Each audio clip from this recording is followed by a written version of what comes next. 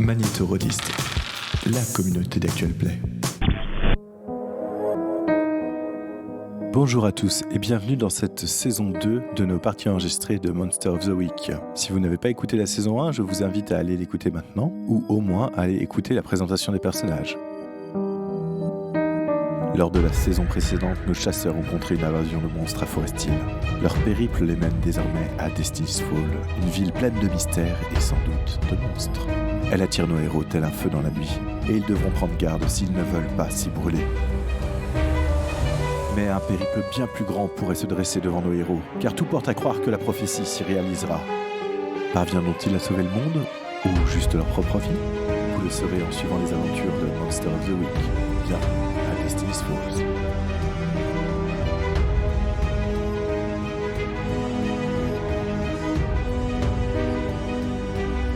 Précédemment dans Monster of the Week, que s'est-il passé alors ?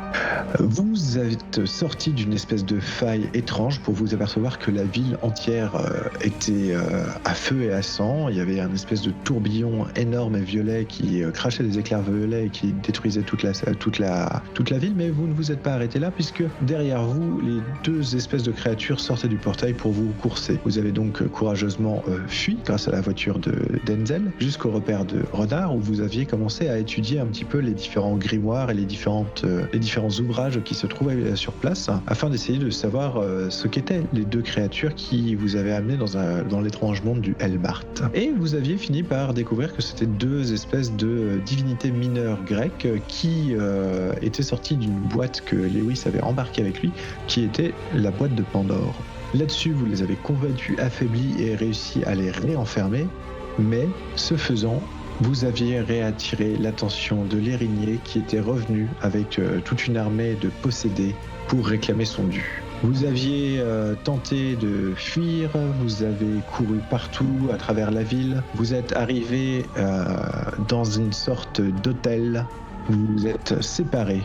Alors que Renard, cible de l'érigné, s'était fait étourdir et ne tenait debout que par réflexe, Denzel l'a agrippé et l'a embarqué avec lui à travers les escaliers, suivi ensuite de Lewis. Puis Joseph, de son côté, a décidé de prendre les escaliers dans l'autre sens et de faire le tour du bâtiment. Arrivé à un certain étage, Denzel s'est fait surprendre par l'érigné qui n'était plus derrière lui mais qui a profité de son avantage de voler pour apparaître devant une fenêtre, foncer et tenter de récupérer Renard. Vous l'avez esquivé et c'est alors que Lewis, courageusement, s'était lancé contre l'érigné pour la transpercer. Oui, ça y est, je me rappelle. Et à sa grande stupéfaction, son épée ne s'est pas enfoncée très profondément dans la chair de l'érigné, mais elle l'a sans doute mis en rogne, puisque, aux dernières nouvelles, elle levait la main pour te frapper. Exact.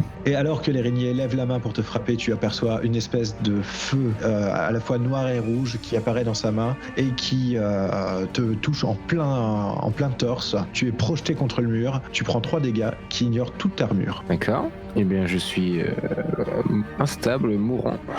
Je n'ai plus qu'un point de vie. J'ai très mal. L'érigné se retourne vers toi, Denzel, et plus spécifiquement elle se retourne vers Renard. Que faites-vous ? Donc, pour rappel, j'ai Renard dans les mains qui est en transe encore, hein, c'est ça hein ? Plus ou moins, ouais. Il reprend ses esprits, là. Il y avait Caroline avec nous aussi, non ? Possiblement avec Joseph. On va dire ça, ouais. Allongé contre le mur, adossé au mur, je crie « Caroline, au secours !» C'est ma sœur, quand même. Ok, alors que l'érigné avance sans se préoccuper plus de toi, Lewis, elle avance face à Denzel et Renard. Vous voyez que dehors, le vent souffle de plus en plus et les éclairs tombent de plus en plus. Du coup, je pousse Renard vers l'escalier en mode « casse-toi » et je fais face à l'érigné en essayant de me rappeler de mes leçons d'élu pour savoir comment je peux me débarrasser de cette saloperie. Donc tu cherches à retrouver dans ta mémoire ce qu'aurait pu t'instiller comme croyance le docteur Mercury sur certaines créatures et autres. C'est ça. Bien, écoute, je vais te demander demander un jet d'enquêter sur un mystère. Renard, que fais-tu en attendant? C'est une très bonne question. C'est une question que je te pose du coup. J'essaie de faire un brainstorming avec trop tard. Ouais, non, je crois que c'est trop tard pour le brainstorming. De toute façon, il t'a poussé loin de lui dans les escaliers. Pas dans le but de le faire tomber, je précise. Oui, j'imagine bien. Renard, tu ne fais rien, tu restes tétanisé? Non, je vais enchanter l'arme de Denzel. Bah non, du coup, il m'a éloigné, donc je vais enchanter mon arme. Ok, donc tu utilises les rituels que tu as obtenus du grimoire pour enchanter ton arme. Je t'en prie, lance-moi un jet d'utiliser la magie. Je suis instable, donc j'ai -1 ou je sais plus. Ça donne pas -1 d'être instable. Non, être instable, ça veut juste dire que je peux déclencher comme conséquence n'importe quand j'en ai envie en tant que gardien, le fait que tu prennes une blessure due à la fatigue, due à la perte de sang, due aux hémorragies et à autres. Joseph, donc toi tu as couru espérant prendre l'escalier opposé pour espérer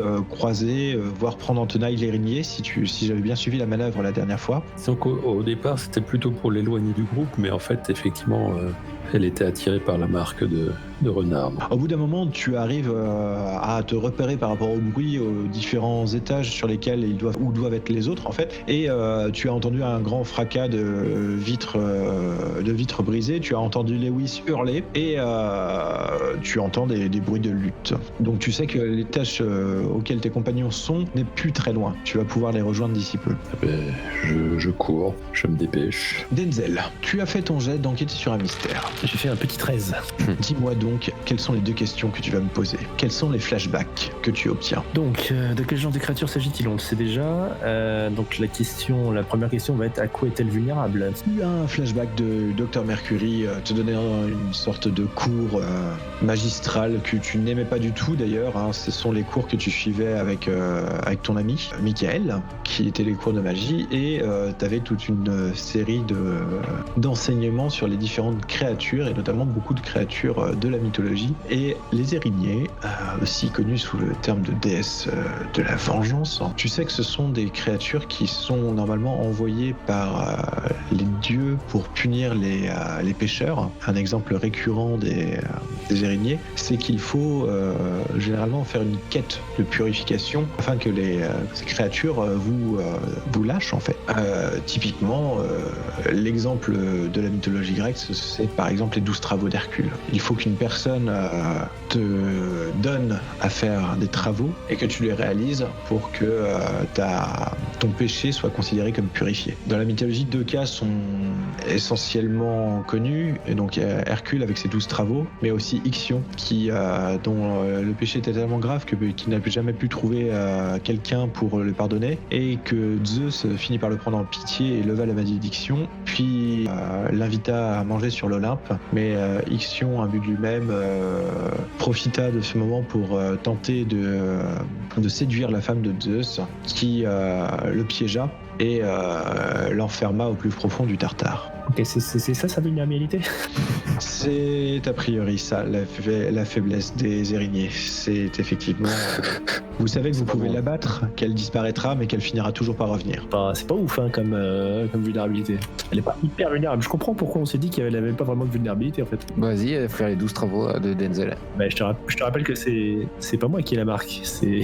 Ah oui, bah, c'est Renard maintenant, c'est vrai. Il y en a 2, faut qu'il fasse 24 travaux. C'est pour ça qu'elle veut me tuer. Mais par contre ça veut dire qu'elle a été envoyée par quelqu'un, qu'elle n'est pas venue de son propre chef. Ah bah oui, la marque elle avait pas été mise comme ça.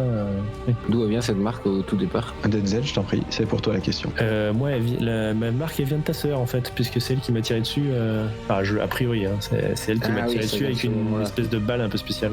Ouais. Du coup, la deuxième question que je voudrais poser, ce serait que veut-elle faire plier à la marque en fait, au-delà de tuer Renard qu'à la marque? J'imagine qu'il y a quelque chose de particulier avec cette marque. Tu sais, via un flashback avec le docteur Mercury de nouveau, tu sais que les Érignées ont pour but d'emmener les pécheurs aux enfers. Et du coup, il y a beaucoup de choses qui prennent sens en fait sur le fait qu'on t'ait collé à toi une marque qui a priori soit une marque de péché, ou une marque liée à quelque chose qui est un grand péché, pour attirer une Érignée sur toi, pour te faire embarquer aux enfers, puisqu'on a bien vu que quand tu étais parti de ce monde et que l'autre élu était aussi partie de ce monde, c'est depuis que la tempête et la porte des enfers a commencé à s'ouvrir. Il faut se sacrifier pour sauver le monde. Il n'y a que moi qui t'en sacrifié du coup. J'ai l'impression. Ai-je répondu à ta question, Denzel? Ouais, donc moi j'ai surtout envie de retrouver celui qui est à l'origine des marques. Si on peut le retrouver, il y a peut-être moyen de l'effacer du coup. Parce que quelque part, elle est pas d'origine, c'est pas un dieu. Enfin, ça dépend qui a maudit ces balles, mais c'est pas un dieu pour moi qui a posé ses marques. Donc il doit y avoir moyen de les annuler. C'est vers là que vont aller mes efforts. A priori, effectivement, en réfléchissant, tu te dis qu'il y a moyen de faire des choses. La preuve, Renard, en faisant n'importe quoi, a réussi à récupérer les 2 marques sur lui. Donc, pour toi, ça te semble être une sorte de péché transposable, en fait. Tu n'as pas réellement péché, c'est juste cette marque qui donne l'impression à l'érigné que tu es un pécheur qui mérite d'être traîné au tartare. Donc il faut qu'on trouve celui qui est à l'origine de tout ce bordel et qu'on lui foute les marques sur la tronche. Sur ce, l'érigné fonce sur toi. Renard, toi, tu incantais pour enchanter ton arme, c'est bien ça? Oui. Et tu as obtenu un... Donc la magie fonctionne exactement comme prévu. Tu as donc une arme maintenant qui est un 357 Magnum, je suppose, comme d'habitude, qui est magique et qui fait plus 1 point de dégâts. Mais que fais-tu exactement? Pour faire cette action ou qu'est-ce que je vais après? Tu peux décrire, oui, effectivement. Du coup, en fait, j'avais une poussière d'argent que j'avais précédemment enchantée. En fait, donc j'avais accumulé du pouvoir dessus et je frotte mon arme avec pendant que je dis l'incantation et elle brille comme jamais elle n'a brillé. Parfait. Ton arme est maintenant enchantée quand tu entends un grand bruit derrière toi, de là où en fait Denzel vient de t'écarter. Tu le vois aux prises avec l'érigné. Donc Lewis, toi tu vois effectivement la créature qui fonce sur Denzel, t'ignore complètement. Ce dernier dégainant son épée au plus vite pour commencer à parer les mains enflammées de la créature qui tente de le saisir et de l'écarter du chemin, puisque l'élu se trouve être dans l'entrée des escaliers dans lesquels il a poussé Renard pour qu'il s'enfuit. Okay. Joseph, toi tu arrives en courant, tu vois un renard avec un pistolet qui brille à un demi-étage au-dessus de toi et tu entends un grand bruit et des grandes déflagrations de lumière qui viennent de derrière lui. Que fais-tu? Déjà je m'arrête à hauteur de Renard pour voir dans quel état il est, s'il a besoin d'aide pour se relever ou quoi, et puis selon dans quel état il est, après je vais dans le couloir. Renard n'a pas l'air très frais, mais bon, c'est habituel d'habitude. Voilà. Tu vois mon arme reflétée dans ton visage et je me tourne vers toi et je te dis, alors c'est quoi le plan? Joseph, c'est sa réponse. Il n'y a pas de Le plan pour l'instant, j'en sais rien, mais c'est essayer de tout se tirer de là. T'as raison. Je me lève et je me dirige vers Denzel et donc vers l'érigny, prenant un point d'XP. Si tu souhaites, ok. Donc tu te lèves et faisant exactement l'inverse d'un conseil que tu as demandé, tu prends effectivement ton point d'XP. T'as pas un petit plus 1 aussi ou un truc comme ça, non? Si, tu as plus 1 pour... tu as plus 1 pour faire exactement l'opposé du conseil qu'on t'a donné. J'avais oublié. Du coup, je tire sur l'érigny. Cassage de gueule, non? Vas-y, je t'en prie. Donc tu te lèves, le pistolet à la main, tu commences à viser et à tirer sur l'érigny, je t'en prie. Et du coup, ça fait 12. Sur 10+, tu obtiens un effet supplémentaire et tu infliges tes dégâts. Combien de dégâts infliges-tu? J'hésite. Du coup, là, vu que j'ai un 12, je peux rajouter un dégât? Bien sûr, mais tu n'es pas complètement à l'abri des dégâts qu'elle peut te mettre. Là, elle est en train de se battre avec Denzel. Tu vois que plusieurs fois, elle tente de tendre les mains vers toi et que les flammes commencent à se tendre vers toi. Donc, tu n'es pas à l'abri de prendre des dégâts. Moi, je le protège, donc... Oui, je sais bien. Ouais, tant pis, je lui inflige un dégât supplémentaire. D'accord. Ce qui fait combien, du coup? 5, magique. Tu vois effectivement que la balle perce l'espèce de peau écailleuse de l'érigné et se fige dans ton estomac faisant un trou, et tu voyais une espèce de sang d'icor qui commence à en couler. Vous l'entendez hurler et elle tend les mains et projette des flammes vers toi. Tu prends 2 points de dégâts, mais si j'ai bien compris, Denzel va te protéger. Bah essayez. Donc que fais-tu, Denzel? Je m'interpose ou j'essaye de dévier son jet de flamme en bloquant sa main ou en la repoussant. Et tout en faisant ça, je lui dis Mégère, tu es manipulé. Cet homme n'a pas été maudit par un dieu, mais par par un de tes ennemis. Réveille-toi et regarde bien, ce n'est pas une marque qui a été apposée par Zeus ou un des autres, ou un de ses frères, ou une de ses sœurs. T'as toujours pas la manœuvre pour manipuler quelqu'un avec les monstres? Non, mais je le fais quand même. Et je fais un 10.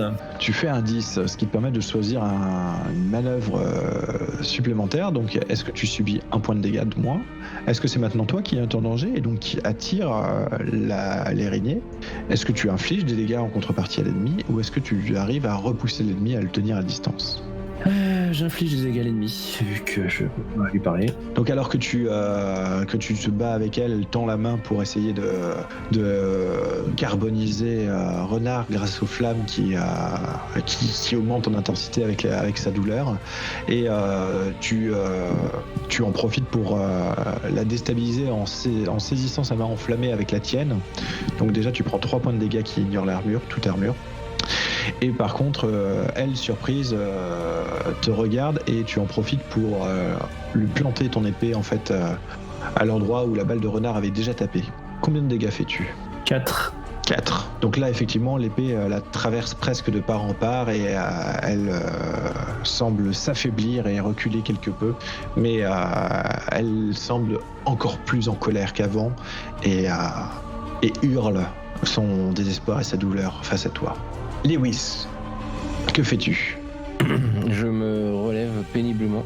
Je suis en sang et je crie à la créature tu n'en as pas fini avec moi. Et du coup, j'utilise mon move, le pouvoir de l'amitié, aider Denzel et lui donner un +1 automatique pour sa prochaine action. C'est gentil. Tu te jettes pour distraire l'araignée. Non, je me jette pas, je crie dessus, tu n'as pas fini avec moi, retourne-toi, saloperie. Je lui balance des pierres et tout, distraite. Joseph, que fais-tu? Toi qui as vu Renard faire exactement ce que tu lui avais déconseillé de faire.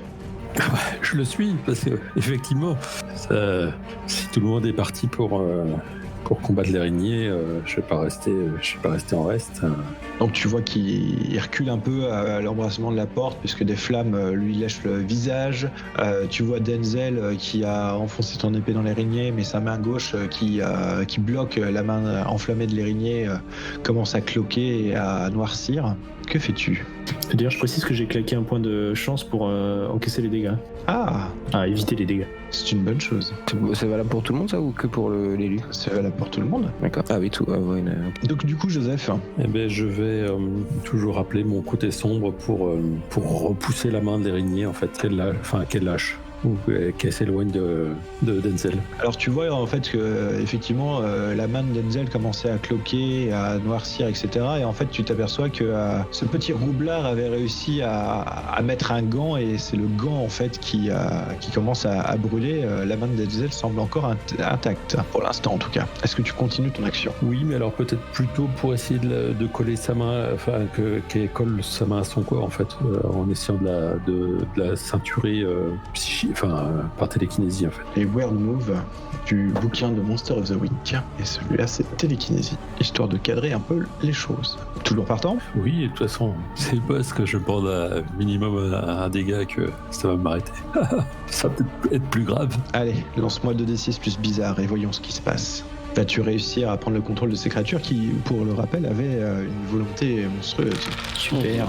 11. Quand tu déplaces quelque chose avec ton lance-pierre, tu gagnes 2d6 plus bizarre malgré la douleur et sur un 10+, tu parviens à déplacer la cible. Tu choisis 2 options et tu coches 1 point de dégâts. Donc dans les options de télékinésie, tu as la cible est clouée sur place, la cible est blessée et prend 2 points de dégâts de choc, la cible prend feu, tu peux déplacer une cible plus grosse qu'un individu ou tu subis un dégât de moins. Non mais je vais faire subir un dégât à ma cible. La cible est blessée, elle prend 2 dégâts et t'en as une deuxième option. Ben, je peux réduire d'un dégât. Bien sûr. Eh ben, faisons ça alors. Donc alors que tu te concentres, ta tête est sur le point d'exploser, tu sens la douleur vriller à travers tes yeux, mais tu vois effectivement que l'araignée est comme enserrée dans une main gigantesque. Et elle semble se débattre contre les manifestations de ton esprit. Et alors que tu te concentres sur la force, tu sens la douleur qui s'éloigne de ta tête et qui se transfère vers l'araignée. Et tu la déplaces où? Tu l'envoies dans le mur, hein, je pense, à ce niveau-là. Oui, je la projette, effectivement. Ce qui explique sans doute les dégâts de choc en plus. Ouais, je profite de son choc pour essayer de l'embrocher une nouvelle fois. Vas-y, je t'en prie. Je vais viser la tête cette fois-ci. Lance-moi ton attaque du coup. 10, dommage. Un petit 12, ça aurait été bien. T'as plus 1, ça change rien. Ah ouais. Bah, y a pas quelqu'un qui veut m'aider? Bah, moi, je t'ai déjà aidé. Et qu'il y a d'autres? Renard peut t'aider. Qu'un 12, ça ferait vraiment mal. Bah oui, renard. Cool. Aïe. Il se retrouve exposé. Tu te retrouves exposé sans rien apporter d'autres chasseurs, mais heureusement pour toi, le coup de Denzel suffit à détruire le corps de l'araignée qui commence à partir en cendres. Et la créature, jusqu'au dernier moment, continue à vous regarder de ses yeux rouges et vous savez que votre répit n'est que temporaire. Tu es manipulé, lui dis-je, alors qu'elle disparaît. Dis-je une dernière fois. Que faites-vous? Moi, je m'écroule On se casse. à deux doigts de m'évanouir. Ouais, je chope Lewis et on se casse. Renard, il faut absolument que tu réétudies et que tu refasses ton sort pour transférer la marque. Il faut qu'on puisse transférer cette marque à l'enfoiré qui nous l'a refilé. À la sœur de Lewis. Non, à Surtout celui qui l'a commandité. D'ailleurs, ce serait bien qu'on la retrouve, elle. Elle est avec nous là du coup. Oui, elle est là, mais elle se planque quoi. Oui, non, ça c'est pas grave. La question c'est de savoir si on peut lui parler. Ah oui, bien sûr. Caroline, j'ai besoin que tu nous dises qui était ton responsable, qui t'a donné les balles avec lesquelles tu m'as tiré dessus et tu m'as refilé cette marque, et où il se trouve actuellement. Est-ce qu'on peut le trouver au centre du Maelstrom qui détruit la ville? Elle regarde un petit peu. Elle regarde un petit peu son frère, hein, Lewis, de manière un peu embarrassée. Elle regarde un petit peu Joseph. Peux-tu me faire un petit jet de manipuler quelqu'un pour obtenir d'elle cette information? Je vais déployer tout mon charme. Je fais un petit 7. D'accord, elle dit on va en discuter à côté. Donc elle t'emmène à côté dans une pièce, elle s'assure que vous n'êtes pas Avant de partir, suivi. je demande à Joseph et à Renard de se requinquer les uns les autres et surtout Lewis, si possible. J'ai essayé de faire un petit soin à Lewis. Ah, merci renard. Je crache du sang. Donc une fois tous les deux seuls, Caroline te regarde droit dans les yeux et te dit écoute Denzel, c'est la personne qui a fait en sorte que la prophétie puisse se réaliser. C'est mon père. C'est lui qui depuis ma plus tendre enfance, m'a entraîné et m'a mis sur le chemin de cette prophétie. C'est lui qui m'a fourni les balles et qui m'a récemment fait appliquer la marque.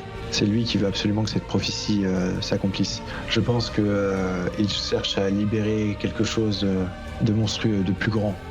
Je ne l'ai compris que très récemment. Et donc si je te dis que c'est lui et nous et que j'ai essayé de faire en sorte que ce soit lui, qu'est-ce que tu me dis? Je ne sais pas si je pourrais participer à ce combat. Je te demande pas de ta participation, juste de m'aider. C'est-à-dire de me dire où il se trouve, si tu le sais. Je ne sais pas où il se trouve. Je pense qu'il doit être près du phénomène, mais je ne sais pas. Ok, c'est suffisant. Je profite que personne ne soit là pour l'embrasser. Pendant ce temps-là, qu'avez-vous fait Renard et Joseph et Lewis? Moi, du coup, j'ai fait un œuf pour le soigner. Donc, j'ai réussi à le soigner, mais j'ai tiré un peu trop sur moi en le faisant, et j'ai perdu un point de vie. En fait, je suis plus ou moins transféré un peu de vie. Mais donc du coup, tu es instable. Je gagne un point de vie du coup. Toi, tu regagnes un point de vie. Merci renard. En fait, il a transféré ta blessure sur lui. D'accord. Suite à ça, vous voyez Denzel et Caroline qui sortent de la pièce. Que faites-vous tous? Donc je dis On se à casse. Caroline de se barrer et de préparer le reste du monde à la défense si jamais nous on n'y arrive pas. Je demande aux autres s'ils veulent me suivre. Qu'est-ce qu'elle t'a dit? Et qu'est-ce que vous êtes dit? Que la personne responsable de tout ça est certainement près du Maelstrom. Mais c'est qui cette personne? Écoute, si elle me l'a dit qu'à moi, j'imagine qu'elle ne souhaite pas que je le dise aux autres. Bah, j'arrête Caroline avant qu'elle parte. Qu'est-ce que tu me caches? Caroline? N'y va pas, Lewis. C'est beaucoup trop dangereux. Reste avec moi. Non, je vais pas les abandonner. Hors de question. Lewis, ce n'est plus ton combat. Laisse tomber. Jamais, tu vas y- m'entends? J'ai les larmes aux yeux. Tu vas y rester si tu y vas. Reste avec moi. Elle a probablement raison, Lewis. Personne ne t'en voudra si tu décides de la suivre. J'hésite quelques instants. Mais tu es bienvenu aussi si tu décides de nous suivre. Nous aurons certainement besoin de ton aide. J'hésite un instant et je me mais du côté des chasseurs. Et je dis que je suis très déçu, Caroline. Que tu Tu vois qu'elle a les yeux larmoyants, qu'elle semble très attristée, mais qu'elle n'essaie pas de te retenir, qu'elle comprend quelque part. Je lui laisse partir, je lui dis de bien protéger papa et maman. Est-ce que si je meurs, il faut que tu leur dises que je les aime. Tu ne vois pas sa réaction. Elle a le dos tourné. De l'autre côté, la caméra montre les larmes qui glissent sur sa joue. Moi aussi, j'ai des larmes, les larmes qui coulent. Et elle sent. À bientôt pour qu'on finisse cette conversation, Caroline. Là, je regarde Denzel bizarrement. J'ai un petit sourire, c'est l'instant de légèreté après le moment grave. Ok, mon beau-frère. Pardon. Ok, Denzel, allons-y.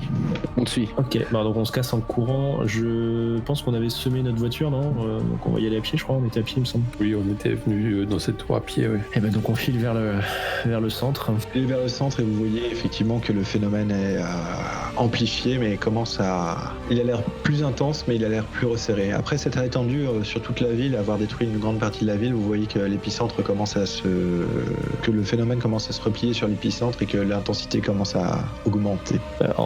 Pendant qu'on va là-bas, je demande à Lewis, Caroline, du coup, c'est ta sœur ou c'est ta demi-sœur? Je crois que c'est ma demi-sœur. Hein. Attends, je relis je me plonge dans mes souvenirs. J'avais en tête demi-sœur, mais je suis pas. Il me semble que c'était demi-sœur qu'on avait été aussi. Alors, prépare-toi pour la question suivante, évidemment.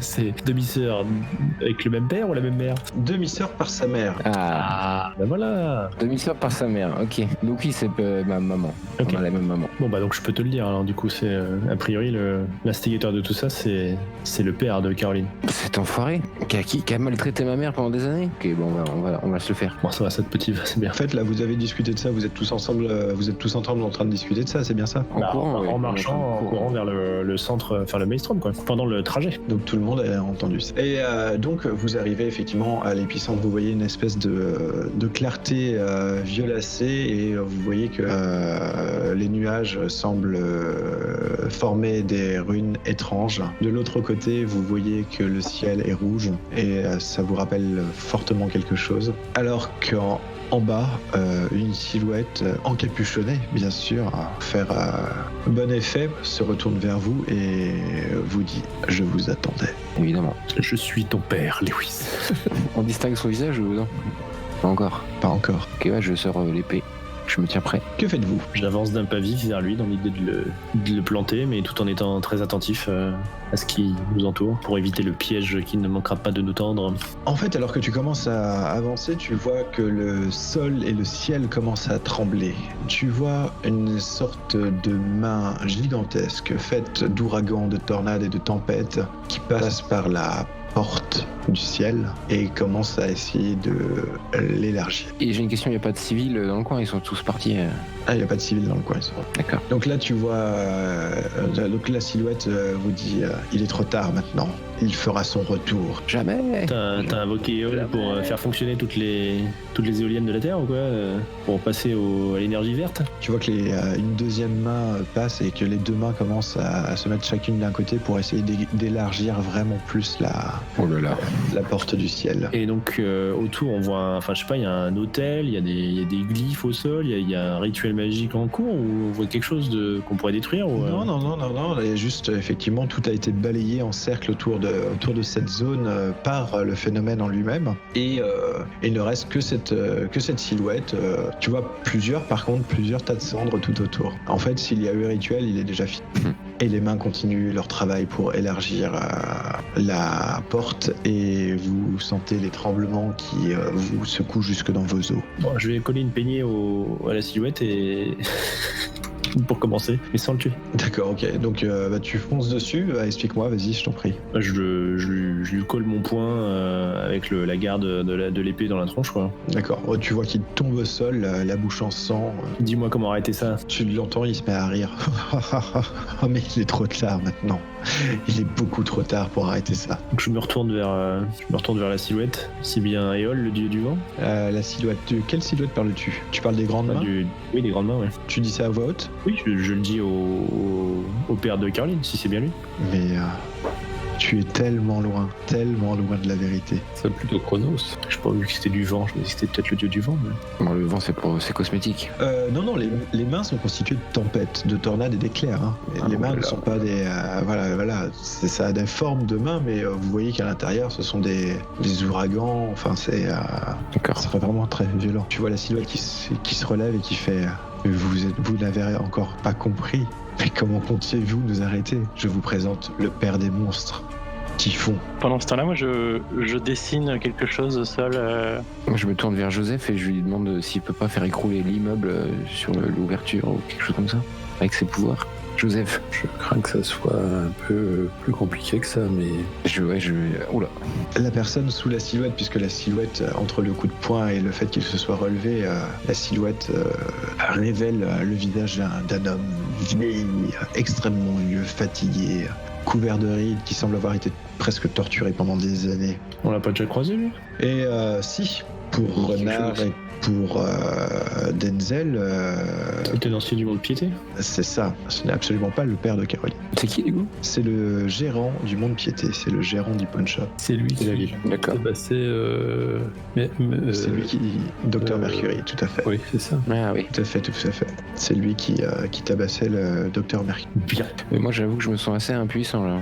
Eh ben, je vais regarder Typhon et je vais essayer de deviner, de me rappeler quel pourrait être son point faible à lui, tout simplement. C'est à peu près certain que le Dr Mercury n'a évoqué Typhon que avec la plus grande précaution, la plus grande crainte, et juste pour te dire que c'était le père des monstres et qu'il était enfermé au plus profond du Tartare et que jamais il ne devait sortir. Est-ce que je peux utiliser mon move qui s'appelle... J'ai déjà entendu ça quelque part. Pour te renseigner sur la prophétie, Est-ce que ça peut nous aider quand le groupe se pose une question sur la prophétie? ça peut être une idée. Parce que tu te rends compte du coup que effectivement ce n'est pas normal que tu connaisses autant de choses sur cette prophétie. Tu as été baigné dedans au même titre que Caroline là-dedans.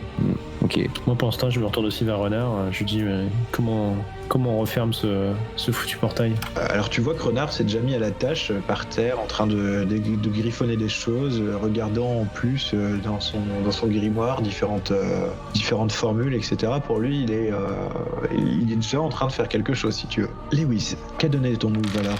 J'ai fait 6, mais je claque un point de chance pour le transformer en 12. D'accord. Et donc, peux-tu me dire ce que ça fait sur 10+? Tu as une idée très précise de ce point de la prophétie, et tu peux y répondre. Comment renverser la vapeur une fois que Typhon est là? Typhon est sur place, ouais. T'as des vieux souvenirs, des vagues souvenirs de ton enfance, de la maison, etc., des différentes choses, des personnes qui discutaient de ça, etc. Maintenant, tu te rends compte que c'est pas du tout normal que t'aies autant de personnes autour de toi qui discutaient de ce genre de choses et que tu en saches autant sur une prophétie que personne n'est censé connaître. Oui. Mais tu t'aperçois qu'effectivement, il y a une histoire d'incarnation et de vaisseau. Ok. Que tout n'est peut-être pas perdu si vous arrivez à trouver La personne qui...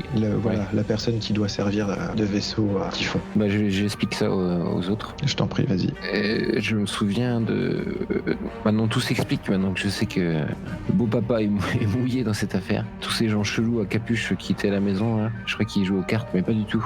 Je pense qu'il faut détruire le vaisseau dans lequel est censé s'incarner Typhon. Et je ne pense pas que ce soit ce vieux monsieur, c'est peut-être justement mon beau-père. Ou pire, peut-être ce fameux docteur Mercury dont vous parlez tout le temps. C'est une théorie. Je ramasse à nouveau le sale type là et j'essaie de le forcer à nous dire Faire cracher moi. qui est censé être le vaisseau et où se trouve-t-il. Et moi, par télépathie, j'essaie d'écouter ce qu'il pense en fait au moment où Denzel lui pose des questions pour voir s'il les réponses, même s'il les donne pas, et elle lui remonte à l'esprit. Ok, bah il y en a un qui va faire la manœuvre donc de manipuler quelqu'un pour obtenir les réponses, et l'autre va l'aider en fait. Bah moi je vais aider. Je pense que Joseph est plus charpé que moi. Charme. Non c'est quoi? Ah non c'est charme. Ah oui, je sais pas si t'es plus charme que moi. Ouais, mais par contre c'est cool pour aider, non? Pour aider j'ai 2 et charme j'ai 1. Donc charme j'ai 1 et cool j'ai rien. Donc oui, c'est peut-être mieux dans ce sens. Surtout que si je fais un 12, tu fais un 12. C'est ça. Et ça c'est beau. Et donc vous lui posez des questions pour savoir qui est le vaisseau, c'est ça? Ouais. Oh magnifique. Et toi, Lewis, tu sais? C'était mon coup de vaisseau, sinon je jette quelqu'un. Hein. Je pensais que l'histoire de la prophétie, là, c'était ça mon action, non? Oh, je pense que c'est pas mal, ça s'enchaîne en fait. Tu dis mais oui, bien sûr, Ça le me vaisseau. va. Et donc Denzel direct enchaîne en disant mais qui est le vaisseau? Et la personne en face se met à te sourire, tu regardes dans les yeux, se met à un espèce de petit sourire. Je ne te le dirai jamais. Et là, toi, Joseph, tu entends quelque chose dans la tête de la personne. Moi, je dis, mais je n'ai pas besoin que tu le dises, j'ai juste besoin que tu le penses. Il y a beaucoup de choses aussi qui se mettent en place, Joseph. Tu comprends mieux pourquoi on t'a demandé de protéger Lewis. Tu comprends mieux pourquoi t'as été engagé pour ça. Ah merde, c'est lui. C'est toi le vaisseau. Parce que le vaisseau, c'est Lewis en fait. Quoi? Oh putain de merde. Enfin, bon, on le sait pas. Il y a que toi qui le sais, Joseph. Putain de maître du jeu. Oh, mais j'aurais dû crever dans cet hôtel. C'est horrible. Je me retourne vers Lewis, les yeux exorbités. Mais Lewis, c'est toi le vaisseau. Putain de merde, qu'est-ce qu'on va faire? Quoi? Mais c'est impossible. Pas du tout. Je suis un ordinaire. Je suis quelqu'un d'ordinaire. Là, je regarde Denzel, Renard et Joseph perdus. Je décapite le tenancier du pawn shop d'un geste de rage en hurlant. Tu seras jamais hanté par son sourire sardonique qui ne quitte pas ses lèvres, contrairement à sa tête qui quitte ses épaules. Et pendant tout ce temps, vous voyez de plus en plus le portail dans le ciel qui s'ouvre. Je recule des autres. Je marche en reculant, en pleurant. Et se profile dans le ciel une créature monstrueuse que vous commencez à apercevoir. Une sorte d'énorme créature constituée de vents, de tornades, de typhons, d'ouragans et d'éclairs et de tempêtes, extrêmement musculeuse, de grandes ailes de chauve-souris, une tête à cornes et un corps à partir du bassin uniquement constitué de serpents et de tentacules. Et toi, tu recules de quelques pas, Lewis, alors que les autres te regardent. Et je leur dis que je savais pas, j'en savais rien du tout. Je suis désolé, je savais pas. Mais qu'est-ce qu'a dit exactement Qu'est-ce qui a été dit exactement dans la prophétie par rapport à l'histoire du vaisseau? Répète-nous les mots. Que le typhon devait s'incarner dans un vaisseau pour survivre. Ça veut dire qu'on n'a pas besoin de détruire le vaisseau, on a juste besoin de le bloquer. Renard, est-ce que tu peux faire en sorte de nous trouver un rituel, une magie quelconque pour qu'on bloque Lewis et donc qu'on bloque Typhon temporairement jusqu'à ce qu'on trouve une solution permanente pour extraire Typhon de Lewis? A priori, Renard est toujours en train de Dessiné par terre. Avec son caca. Avec de la craie, des poudres et autres. Tout le temps. Et du sang, il est toujours en train de. Il a l'air de ne plus vous écouter du tout, en fait. Et tu fais quoi, putain, Renard? Moi, je dis aux autres que vaut mieux le tuer. Si je meurs, il va disparaître. Il pourra pas s'incarner, non? Non. Je prends mon épée et je me la dirige comme si j'allais me faire harakiri. C'est compliqué avec une épée. Ouais, vous voyez que je galère. Renard a une idée, attends un peu. Je me précipite vers Renard. Et moi je retiens les mains et j'essaie de lui enlever l'épée des mains. Ok, je me débat. Non, laisse-moi, Joseph. Renard, je sais pas si t'essaies de te sacrifier, mais c'est pas. Je sais pas ce que t'essaies de faire, mais c'est Lewis qui va se faire bouffer et qui va nous bouffer tous. T'as quoi en tête là? Tu vas refermer le portail? Tu vas faire quoi? Parce qu'on est à 2 doigts de tuer Lewis, donc si t'as une bonne idée pour refermer le portail, c'est maintenant qu'il faut le dire, sinon on l'aura tué pour rien. J'ai peut-être quelque chose, mais je me rends pas compte si ça fonctionnera. Et t'as besoin de combien de temps? Parce que là, manifestement, ça compte en secondes. Oh, tu dois être presque prêt, non? Depuis le temps que tu dessines par terre. Oui. Et t'as besoin de quoi? Qu'est-ce qu'on peut faire? J'ai besoin de silence et rester autour de moi. Alors je fais signe à Joseph et Lewis. Oui. Joseph, mets-toi à ma gauche, Lewis à ma droite. On va essayer d'aider Renard. D'accord. Okay. Donc vous mettez tous autour de Renard pour l'aider du coup. Oui. Bon, ce n'est pas simple que, a priori, il n'a pas été trop prolixe de paroles sur ce qu'il comptait faire. Il semble commencer à entonner une incantation en grec, étonnamment. Donc Renard, tu commences à faire ton rituel en grec et à commencer à invoquer des choses. Je suppose qu'à un moment ou à un autre, tu te rapproches de Lewis. Bah à un moment en fait je tends ma main vers Lewis et du coup tu tends la tienne mais t'arrives plus à bouger et en fait ça commence ta main tremble et quelque chose commence à sortir de toi. Quelque chose de ma main, tu veux dire? De toi, de Une ton sorte d'énergie. toit, L'énergie, une sorte de part de toi qui t'est arrachée en fait. d'accord. Je crie de douleur. Tu m'étonnes. Je tombe à genoux, avec la main tendue vers Renard. Et donc cette part en fait vient en moi et alors que je m'effondre en fait un énorme portail du coup s'ouvre sous moi et j'y pénètre doucement. Comme absorbé lentement. Et on voit ce qu'il y a au-delà du portail Oh, un ciel rouge. Du feu, beaucoup de feu. Vous avez l'impression que c'est le miroir du monde mais en feu. Les enfers. Je m'accroche à Joseph, je lui dis que j'ai mal. Joseph, au secours. Je peux pas le supporter. J'essaie de le réconforter, de lui tenir la main fermement, et il fait ça pour notre bien. Denzel, tu vois Renard s'enfoncer de plus en plus loin dans ce portail. Je m'agenouille pour coller mon visage à côté du sien et je le regarde intensément. Je viendrai te chercher. As-tu un mot, quelque chose à dire avant de disparaître dans ce portail? Alors, adieu mes amis. C'était même pas toi de te sacrifier, Renard. Non. Et alors que les derniers cheveux de Renard passent dans ce portail, ce dernier explose, provoquant un souffle qui vous projette tous au loin et qui semble se répercuter jusque dans les cieux. Et vous entendez une sorte d'horrible hurlement de tempête et de vent, alors que les cieux semblent tournoyer et se refermer dans un bruit assourdissant, obligeant la créature qui tentait d'en sortir à se replier et dans une explosion assourdissante, le portail des cieux explose et les nuages sont repoussés. Que faites-vous? Je me relève. Allez les gars, on a du pain sur la planche. Il faut Mais qu'on qu'est-ce qui s'est passé? qu'on aille en enfer pour libérer Renard. Mais qu'est-ce qui s'est passé? Il a pris ta place Et il fallait pas. Pourquoi?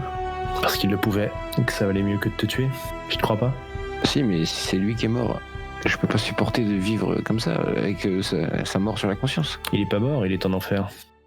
Ah, d'accord, on peut aller en enfer. Il est bien allé lui. Bien sûr qu'on peut y aller. Y aller, ça va être facile. C'est pour revenir que ça va être compliqué. Ça serait pas à ce moment-là qu'il y a une voix derrière vous qui vous dit franchement, l'enfer, je vous le conseille pas, c'est chaud. On se retourne. Oui, du coup vous vous retournez et vous voyez une créature démoniaque en fait, à la peau au teint rougeâtre et au sexe qui a l'air plutôt féminin, mais vous vous demandez en fait, il y a des seins mais vous vous posez la question, avec un cigare et un cuir de motard qui dit j'y ai beaucoup vécu et il vaut mieux pas y aller quand même. Ok, Renard, c'est toi? Qui ça? Ah oui. Si tu as beaucoup vécu, tout nous intéresse. Nous, on veut y retourner et chercher un copain. On va surtout savoir comment tu en es sorti. J'ai profité de la porte. Une porte, ça se ferme, ça s'ouvre. Oui, mais il faut savoir ce qu'on doit trouver et surtout être libre. Là-bas, j'ai cru voir passer en sortant, il avait l'air d'être plutôt chargé. Mais qui es-tu? Roulement de tambour. Je suis Lilith. Ok. Est-ce que vous avez des choses à faire du coup? Ah bah ça, oui, mais ça prendrait toute une saison.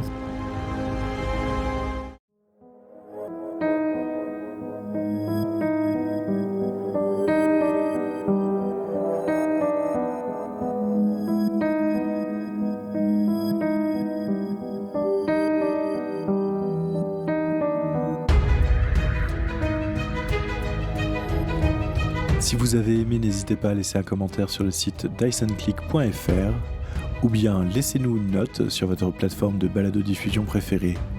En attendant, je vous dis à bientôt pour de nouvelles aventures dans Monster of the Week.